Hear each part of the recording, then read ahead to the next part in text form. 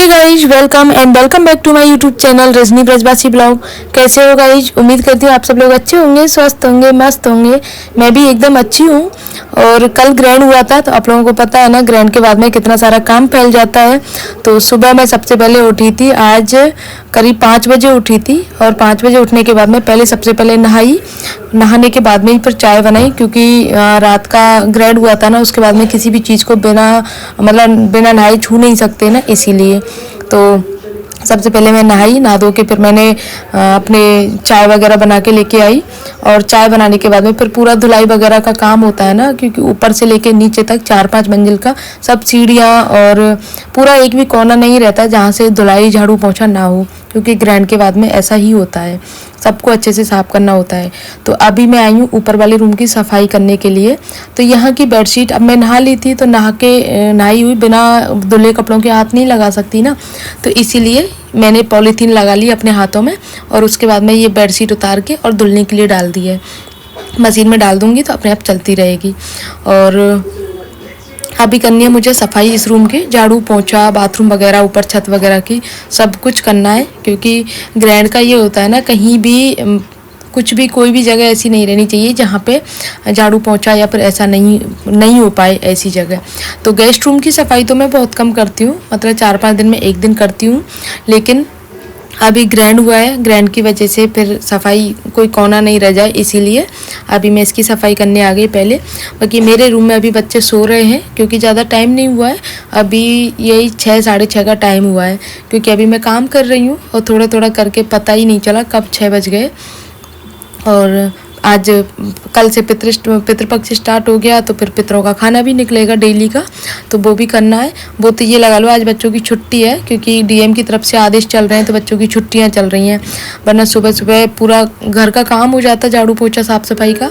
उसके बाद में फिर बच्चों का लंच बनाती, फिर पितरों का खाना निकलता, फिर नाश्ता, इस सब में बहुत समय लगता। और तो इसीलिए आज बच्चों की छुट्टी भी है, ये अच्छी बात है। तो सब काम एक साथ हो जाएगा, बच्चों के लंच की जल्दी नहीं रहेगी मुझे।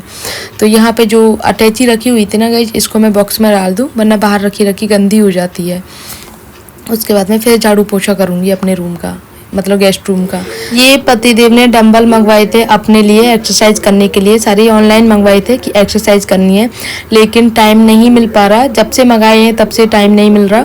तो मैंने उठा के देखा था, वाकई में बहुत हैवी थे, मेरे पे उठ भी नहीं रहे थे, लेकिन पूरी कोशिश कर रही थी कि इनको उठाऊँ और मैं अपनी एक्सरसाइज करूँ। तो मैं जब पतिदेव से बोल रही थी ना, तो बोल रहे थे नहीं रहने दे, तुझे एक्सरसाइज की जरूरत नहीं है, तो ज़मीन में मिल जाएगी।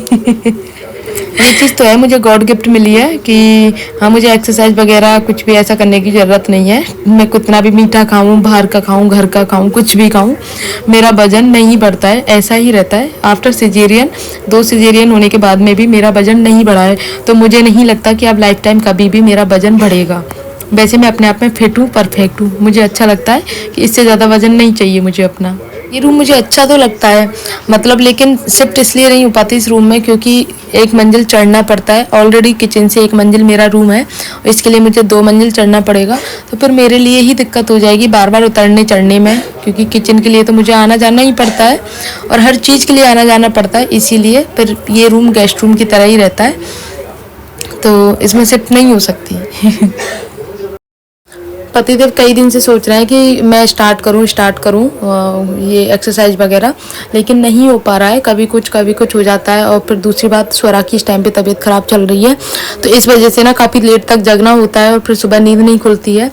और सुबह भी फिर वही 5-5:30 बजे जग जाते हैं। उसके बाद में फिर बच्चों का हो जाता है ना, क्योंकि बच्चों को स्कूल भेजना, कभी सब्जी लेके आना, क्योंकि आजकल पापा के भी पैर में फ्रैक्चर है, तो पापा बाहर नहीं जाते हैं। तो फूल माला लेके आना, ठाकुर जी की सेवा पूजा करना, सब्जी लेके आना, और छोटे मोटे बहुत सारे काम हो जाते हैं बाहर के।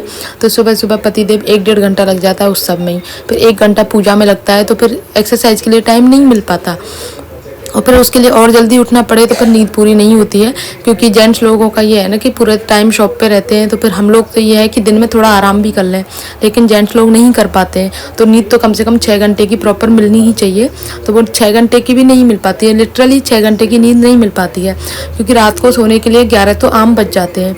और उसके बाद में फिर 4 बजे फिर इनकी आदत है, सुबह 4 बजे उठ ही जाते हैं, चाहे बिस्तर छोड़ें ना छोड़ें, लेकिन सुबह 4 बजे उठ जाते हैं। तो और कितना जल्दी उठे यार, 6 घंटे की नींद तो चाहिए ना, क्योंकि काम वाले इंसान को 6 घंटे की नींद तो प्रॉपर होनी ही चाहिए, वरना फिर क्या फ़ायदा तबीयत ख़राब हो जाए।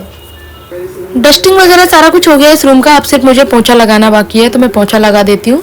और एसी का पानी टपकता है यहाँ पे गाइस, क्योंकि कभी कभी टपकता है, हमेशा नहीं, कभी कभी टपकता है, तो वो नीचे ही आता है, उसकी वजह से थोड़े से स्पॉट हो गए थे। और बारिश कंटिन्यू आप लोगों को पता है ना चल रही है, तो कभी कभी छत भर जाती है ना, तो उसका भी पानी टपकने लग जाता है। एक थोड़ा सा दरार है, दरार में से पानी टपकने लग जाता है, तो यहाँ पे स्पॉट हो गए थे। और ये जो है ना गाइज आप देख रहे हो, ये स्पॉट नहीं है, ये मैंने ना जो दिवाली के टाइम पे वो आते हैं ना बिछाने के लिए, राउंड राउंड क्या बोलते हैं उसको, चौक बोलते हैं, वो लगाया था, तो उसका स्पॉट है, तो वो जाता नहीं है, धीरे धीरे पानी डाला इसमें तब वो स्पॉट निकला था गाइज। और साथ में ना टाइल्स का ये है, जितना जल्दी गंदी होती है उतनी जल्दी साफ भी हो जाती हैं। वॉशरूम वगैरह मैंने पहले ही साफ कर दिया, तो अब सिर्फ इस रूम का पोंछा लगाना है। और अब मुझे नहाना भी है साथ में, क्योंकि मैंने झाड़ू पोंछा वगैरह किया था तो गंदी हो गई थी, गीली हो गई थी। दूसरी बात, सीढ़ियाँ तो पतिदेव ने धुल दी थी सारी, लेकिन पोंछा लगाया था मैंने उनके बाद में, तो पोंछा लगाने से भी मैं पूरी गीली हो गई थी, क्योंकि सीढ़ियों में पानी भर जाता है कहीं ना कहीं धुलने के बाद में, तो फिर जैसे आते जाते हैं तो फिर गीला गीला हो जाता है पूरा घर, तो इसीलिए मैंने पोंछा लगाया था।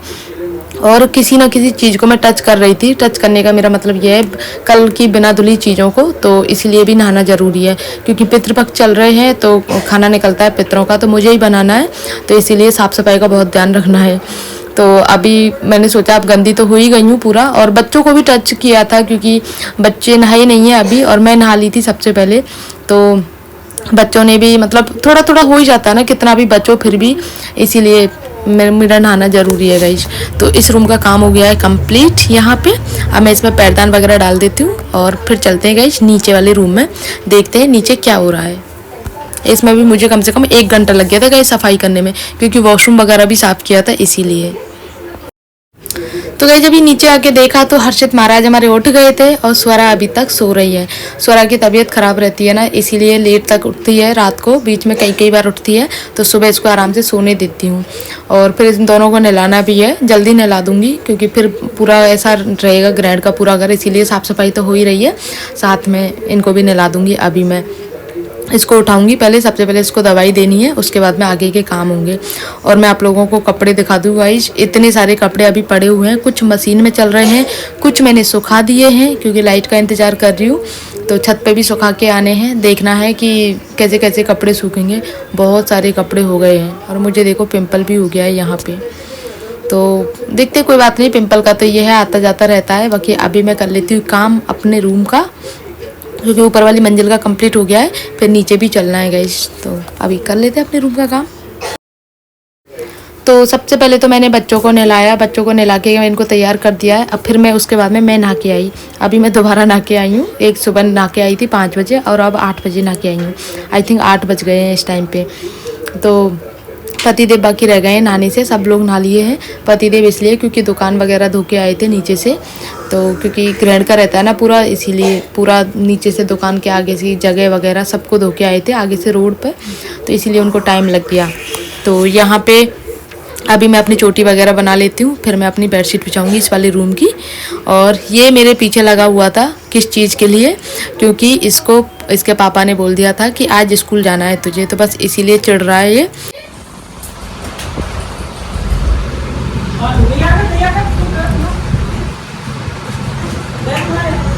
अरे ठीक है, छुट्टी है यार, तुम पहले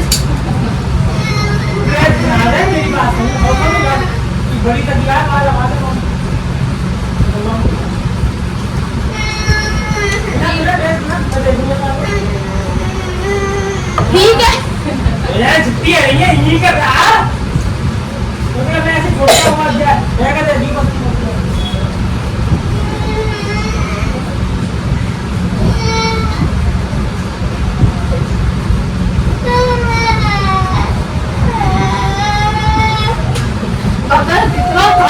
स्कूल जो रही है।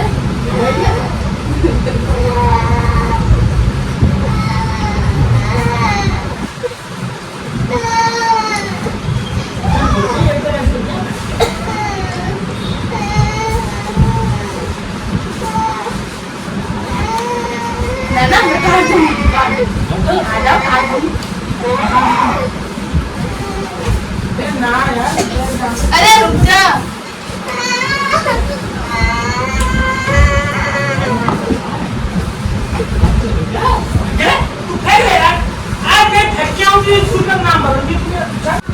अच्छा ठीक है, छुट्टी है ना, बार बार क्यों परेशान हो रहा है? देख रहा है ना,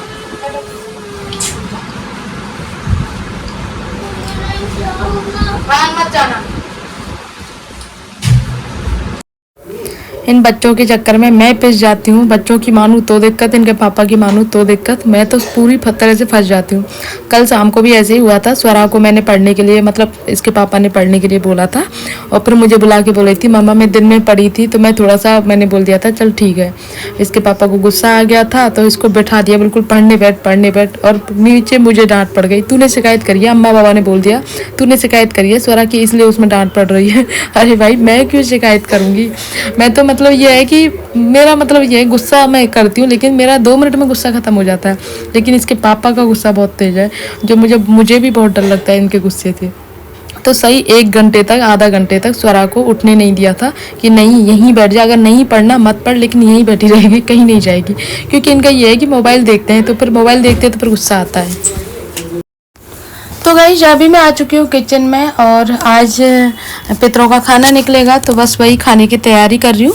और आज मुझे बनाने हैं अरहर की दाल, और साथ में आलू की सूखी सब्जी और मूली का कस, क्योंकि श्राद्धों में मूली का कस कंपलसरी होता है, तो इसीलिए मूली का कस अब डेली बनेगा। और साथ में दाल वगैरह, क्योंकि दाल भी चाहिए होगी ना, इसीलिए। तो चावल नहीं बना रही आज मैं, क्योंकि कल क्या हुआ था, हाँ कल 2 टाइम खाना खाया था ना, तो इस वजह से फिर चावल की सब लोगों ने मना कर दिया, तो सादा दाल रोटी बनेंगी सादा, क्योंकि चावल के साथ में फिर रोटी नहीं खाते, तो फिर कल खाया था तो फिर सबको दिक्कत होती, इसीलिए दाल भिगो के रख दी मम्मी ने। तो अब यहाँ पे मैं कुकर में चढ़ा देती हूँ, और साथ में आलू की सब्जी भी।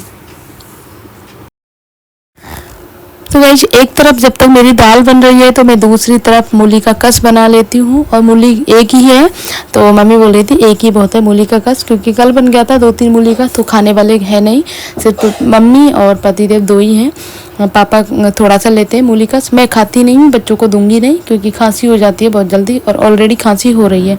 तो आज तो उसको डॉक्टर को दिखाने भी जाना है, क्योंकि अपॉइंटमेंट 2-3 दिन 4 दिन से अपॉइंटमेंट ले रहे हैं, लेकिन बारिश आ जाती है उस टाइम पे, और फिर डॉक्टर भी रात को बैठते हैं 8 साढ़े 8 बजे के अराउंडिंग, तो फिर जाना नहीं होता है, इसीलिए दिक्कत है।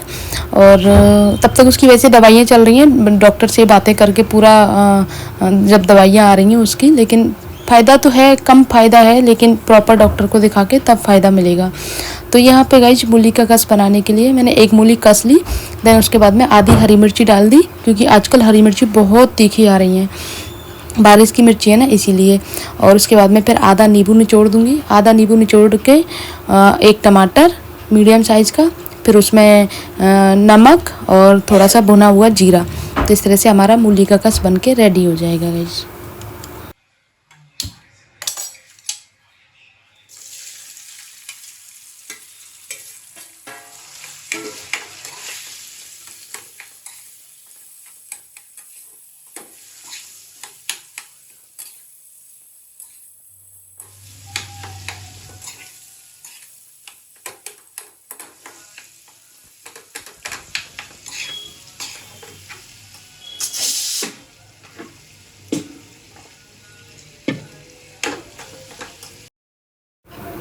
तो काम मेरा पूरा कंप्लीट हो गया है, सिर्फ अब 4 रोटी सेक के रख देती हूँ, क्योंकि मम्मी निकाल देंगी रोटी।